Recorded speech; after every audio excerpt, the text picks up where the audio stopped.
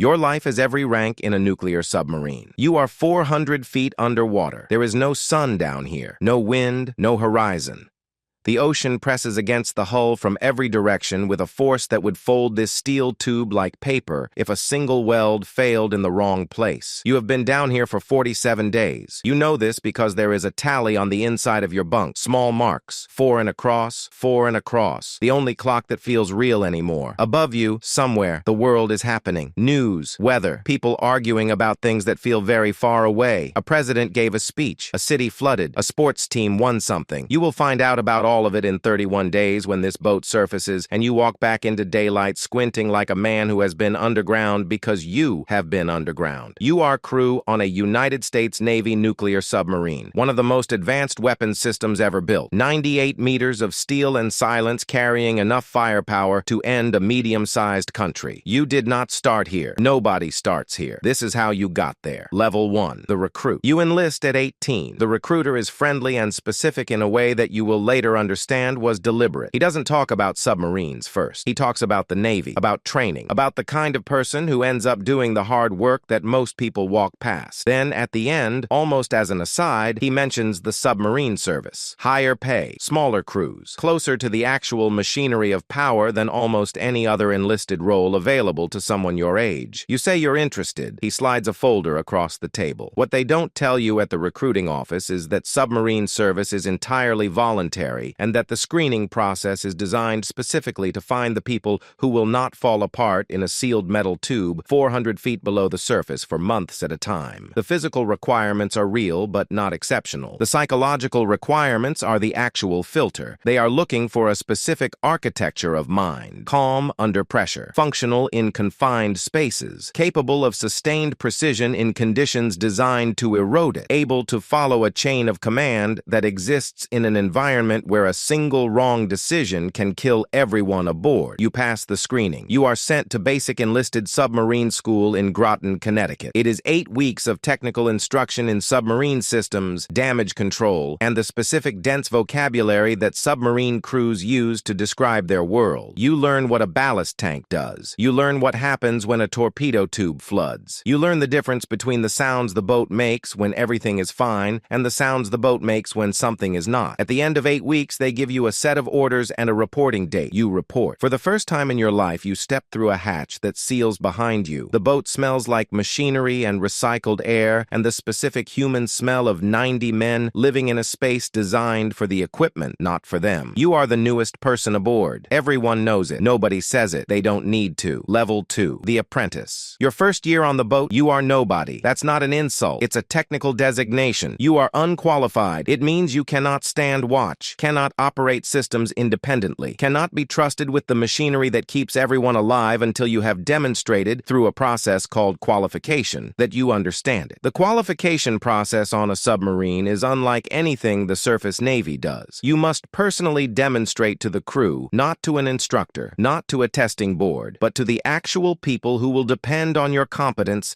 that you understand every critical system on the boat, every valve, every pipe, every piece of damage control equipment. You carry a qualification card. Crew members sign it when you demonstrate understanding to their satisfaction. The process takes 12 to 18 months. There is no shortcut. There is no waiver. You either know the boat or you don't stand watch. During this time, you do everything that nobody else wants to do. You clean. You stand the watches that nobody is fighting for. You carry equipment. You are hazed in ways that are officially discouraged and universally practiced because submarine culture is ancient and insular, and the hazing is part of the transfer of knowledge, not separate from it. The senior men who make your life difficult are also the men who pull you aside and explain, with genuine patience, exactly why a system works the way it works and what happens to the boat if it doesn't. You learn that the boat is not a job. The boat is a complete environment. There is no leaving for the evening, no commute home, no boundary between your professional life and your personal life, because in this tube, there is no personal life. Your bunk is the width of your shoulders. Your possessions possessions fit in a box the size of a carry-on bag. You share a bathroom with 15 men on a rotating schedule measured in minutes. 18 months in, you complete your qualification. The ceremony is simple. The chief of the boat pins your dolphins, 2 dolphins flanking a submarine, to your chest. The crew applauds. Someone makes a joke at your expense. You laugh. You are qualified. You are part of the boat now. The boat is now part of you in a way that does not fully reverse when you leave it. Level 3. The watch, standing watch on a submarine, is different from anything the surface world prepares you for. You are responsible in a direct and non-theoretical way for the systems that keep 90 men alive, the reactor that powers everything, the oxygen generators that keep the air breathable, the ballast systems that keep the boat at depth, the navigation systems that tell you where you are in a world where you cannot see anything outside the hull. A mistake is not a mistake the way a mistake is on land. A mistake down here has consequences that are immediate and often irreversible. You learn to read the boat the way experienced sailors read weather, the sounds, the vibrations, the subtle wrongness that precedes a problem before the instruments confirm it. You develop a physical relationship with the machinery that is closer to intuition than to technical knowledge, though it is built entirely on technical knowledge. You feel when something is slightly off before you can say what it is. The chief who trained you called it boat sense. You thought he was being poetic. He was being precise. The first time something goes wrong on your watch, it is a minor flooding event in a ballast tank. Manageable, contained, resolved in 11 minutes by a damage control team that moves with the efficiency of people who have trained for this specific scenario several hundred times. But the 11 minutes are the longest 11 minutes of your life. Not because of fear exactly, because of the specific weight of being the person who noticed it first, who made the call, who was responsible for the boat at the moment the boat needed something. The boat needed something, and you gave it what it needed. The chief debriefs you afterward. He does not say you did well. He says you did what you were supposed to do. In submarine culture, that is the same thing. You are 22 years old. You have been on 2 deployments. You have spent a combined 8 months underwater. You are beginning to understand that the surface world is the strange one, that the world of the boat, sealed and pressured and dense with procedure,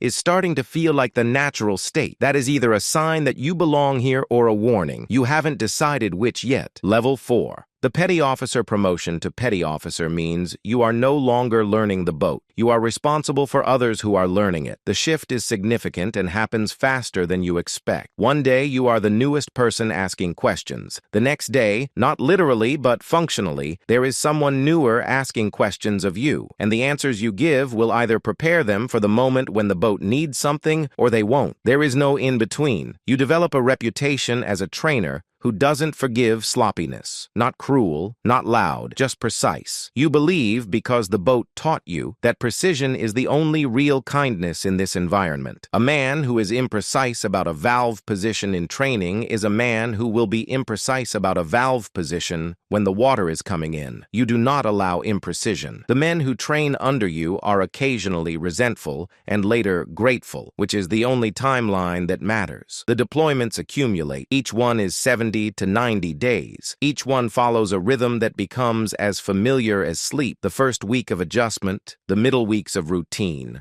the last weeks of quiet anticipation, the surfacing, the daylight, the phone call home that you have been mentally composing for the last 3 weeks, and that, when it connects, goes differently than you planned because no composed conversation survives contact with the actual voices of the people you love. Your wife has learned to live in 2 modes, your home mode and your gone mode. She does not say this directly. You see it in the way the house is different when you return, more organized, more self-sufficient. She has built a life that functions without you in it because it has to, because you are gone for 3 months at a time, and the alternative is a life that stops when you leave, and that is not a life. You understand this. You don't know what to do about it. You go on the next deployment. Level 5.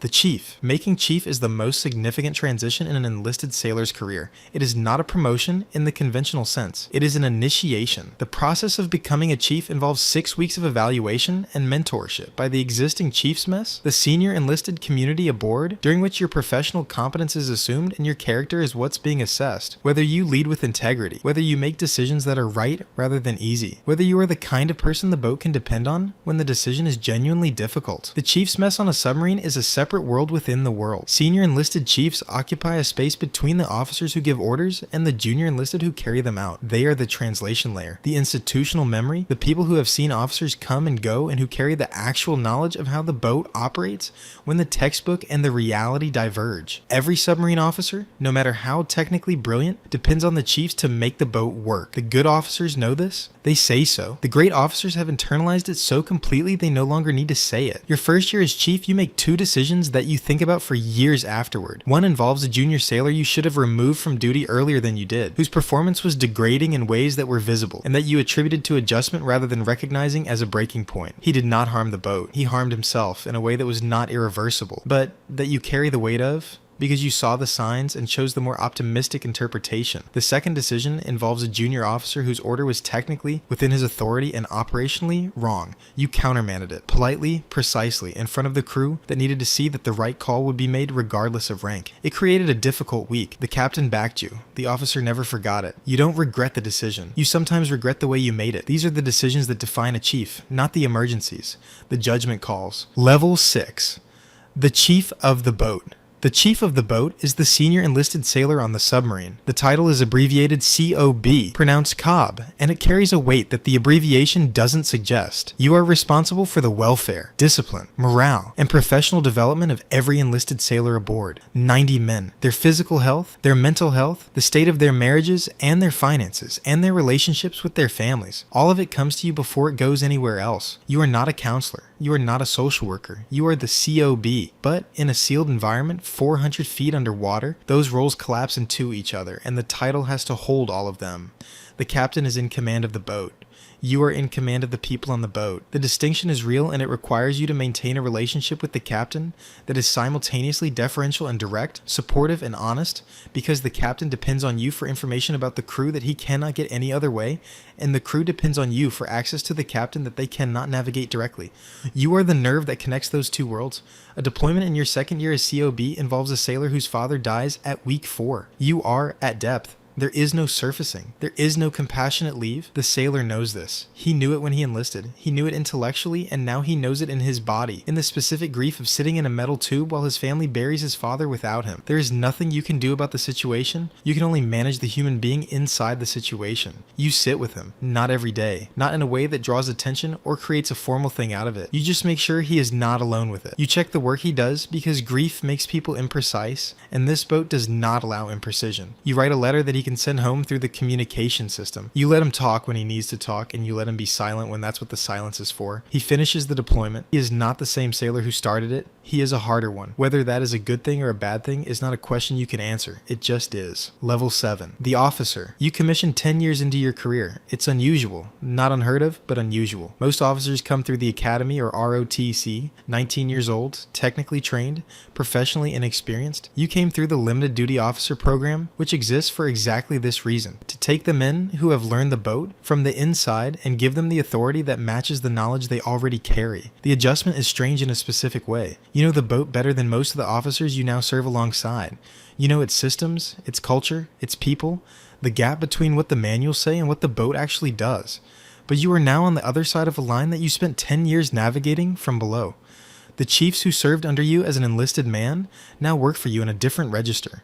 The relationship requires renegotiation that nobody formally acknowledges, but everyone carefully performs. The chief you most respect makes it easy. He treats you the way he treated you when you were enlisted, which is to say with the particular respect that competence earns, regardless of rank. He also tells you, once, privately, that the worst thing you can do with your history is to pretend you don't have it. That the officers who came up through the ranks and then forgot that they came up through the ranks are the most dangerous kind. You don't forget. Your first command level decision as an officer involves a mechanical casualty at depth, the kind of event that the training scenarios are built around and that feels, when it actually happens, nothing like the training scenarios. Not because it is harder, technically, because it is real, because the 90 men on the boat are not simulations, because the outcome of the decision you are about to make will either be something that happened and was resolved or something that happened and was not. You make the call. The boat surfaces 14 hours early. The mission is scrubbed, the casualty is repaired, nobody is hurt, the debrief takes 2 days, the review board finds no fault with your decision. You find some anyway. You always find some anyway. That is part of the job. Level 8. The executive officer. The executive officer is the second in command, the captain's right hand, the person who runs the day-to-day operation of the boat so that the captain can focus on the mission. In practice, it means you are the enforcer of standards, the manager of conflict, the administrative engine of a vessel with 90 people and 100,000 moving parts. Every disciplinary issue comes through you. Every maintenance problem escalates to you. Every scheduling conflict, personnel problem, readiness concern, training deficiency, you. The captain makes the decisions that matter most. You make the decisions that make the captain's decisions possible. The relationship between the XO and the captain is one of the most studied dynamics in military leadership and one of the least discussable in practice. The captain commands, the XO supports. But the XO is also the person who must tell the captain when the captain is wrong, in the specific and carefully bounded way that this work allows. Not in front of the crew, not in a way that undermines authority, but clearly, directly, privately, when the situation requires it. An XO who never pushes back is not supporting the captain. An XO who pushes back too hard or too publicly is not supporting the boat. The line between those two failures is where the job actually lives. You serve 2 years as XO under a captain whose command style is different from yours. Not wrong, different. He is more deliberate. You are faster. He processes risk more conservatively. You have operated in conditions that calibrated your risk tolerance at a different point. You learn from him. You hope he learns from you. You are never entirely sure. At the end of the tour, he writes you a fitness report that is the best of your career. You read it 3 times. You still don't know if you earned it or if he was being generous. Both things can be true. Level 9, the Captain Commanding Officer. 2 words that carry more weight than any rank insignia. There are roughly 70 submarine commanding officers in the United States Navy at any given time. In a service of 350,000 people, you are one of 70 entrusted with the independent command of a nuclear weapons platform. The selection process that produced you filtered out most of the people who started with you. The ones who were good enough, but not quite. The ones who were brilliant, but not stable. The ones who were stable, but not decisive. The ones who made one wrong call at the wrong moment in front of the wrong evaluator. The ones who were simply unlucky. You command a fast attack submarine, not a ballistic missile boat. Those carry the strategic deterrent, the warheads that justify the entire program. A fast attack is the other kind: hunting, intelligence gathering, special operations support, the submarine that goes places and does things that are never fully described in public documents. Your first patrol as commanding officer is 73 days. You don't sleep well for any of them. Not because you are afraid, because you are responsible in a way that is qualitatively different from any responsibility you have held before. Every life on the boat is yours. Not in the way that an officer is responsible for his men, in the way that the captain of a vessel is responsible, which is total and personal and not transferable under any circumstances. On day 31, you receive a tasking that you cannot discuss. The boat goes somewhere it does not officially go, does something that will appear in no public record. You make 4 decisions in 36 hours that you will not describe to anyone outside the classification boundary for the rest of your career. The decisions are correct. You believe this. The outcome supports it. You write the after action in the specific, careful language that classified reports require, which is the language of facts without context, of outcomes without causes, of actions that happened in a record that almost nobody will ever read. Your crew does not know the full picture. They know their part of it. That is by design. A crew that knows everything is a crew that worries about everything. A crew that trusts the captain to carry the picture is a crew that executes. They execute. You bring them home. Your wife meets you at the pier. Your son is 11 now. He has grown in ways that a photograph did not fully communicate. He shakes your hand when you come down the gangway, and then, because he is 11 and you have been gone for 73 days, he abandons the handshake and hugs you instead. You hold that for a long time. Level 10. The Ghost Boat. You retire after 26 years. The ceremony is at the pier where the boat is moored. The crew is in dress whites. The admiral says things about service and sacrifice that are true, and that somehow feel inadequate for what they're describing. You receive a flag. You receive a shadow box with your dolphins and your ribbons and the photographs that document the official version of a career that had a great deal of unofficial version that doesn't appear in photographs. Your wife sits in the front row. She has attended so many of these ceremonies for other people that she knows when to stand and when to sit and when to hold the expression that the occasion requires. She is good at this. She became good at it over years of practice, which is the same way you became good at everything else. You think about the deployments. Not in order. They don't arrange themselves in order anymore. They arrange themselves by weight, the ones that cost something specific. The sailor whose father died at week 4, and who finished the patrol, and who you have tracked, distantly, over the years. And who is fine? Who is, by all visible evidence, fine? The flooding event on your first watch. The classified tasking on day 31 of your first command. The casualty that surfaced the boat 14 hours early and scrubbed the mission, and was reviewed by a board that found no fault, and that you found some in anyway. You think about the boat itself, not any specific boat, the idea of the boat, the sealed world of it, the way it compresses everything into what actually matters and strips away what doesn't. On a submarine, there is no traffic, no weather, no small talk about things that don't matter,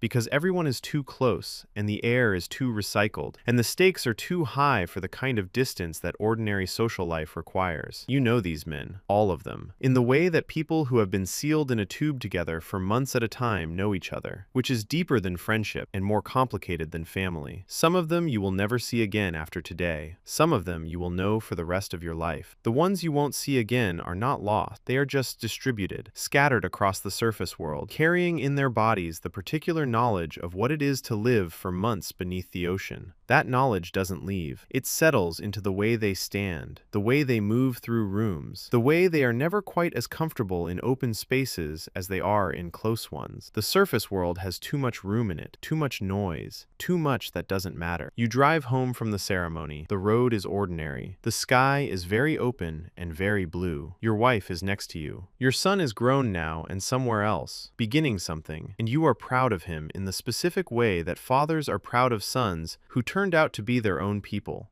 You are 51 years old. Your knees ache from the ladders. Your hearing has a frequency gap from years of mechanical noise. You sleep, even now, with one part of your mind available. Old habit. The boat stays with you. Somewhere, right now, a submarine is at depth, 400 feet down. 90 men in a metal tube, pressing through water that has no interest in them whatsoever. A petty officer is explaining a valve to a new qualification candidate. A chief is sitting with a sailor who is having a difficult deployment. A captain is holding a picture in his head that nobody else on the boat fully shares. The boat is doing what the boat does. And somewhere, in a recruiter's office, a teenager is sitting across a desk from a friendly man who has a folder. The man is about to mention submarines. Almost as an aside, the cycle begins again.